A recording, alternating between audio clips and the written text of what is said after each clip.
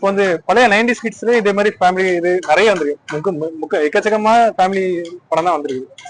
அதுக்கும் இதுவும் கம்பேர் பண்ணும்போது எப்படி தெரியுது உங்களுக்கு? கரெக்டா சொன்னீங்க. எப்படி கேட்டோம்னா அதாவது அந்த பி சென்டர் சி சென்டர் இருக்குல்ல, அதுல வாழ்ற பசங்க எல்லாமே எப்பவுமே வந்து பாத்தீங்கன்னா ஃபேமிலி அடிக்ஷனாவே வாழ்ந்துகிட்டு இருப்பாங்க.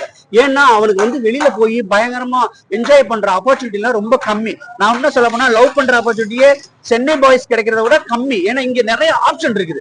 வீட்டை தாண்டி வெளியில போய் ஒரு மால்ல போய் உட்காந்துக்கிட்டு என்ஜாய் பண்ணுவோம், ஒரு பீச்ல போய் உட்காந்து என்ஜாய் பண்ணுவோம், ஒரு காலேஜ்ல போய் உட்காந்துட்டு பசங்களோட என்ஜாய் பண்ணுவோங்கிற ஆப்ஷன் ஜாஸ்தி இருக்கனால அந்த ஃபேமிலி ஓரியன்டா வந்து கொஞ்சம் கம்மியா இருக்கும் நம்ம பசங்களுக்கு.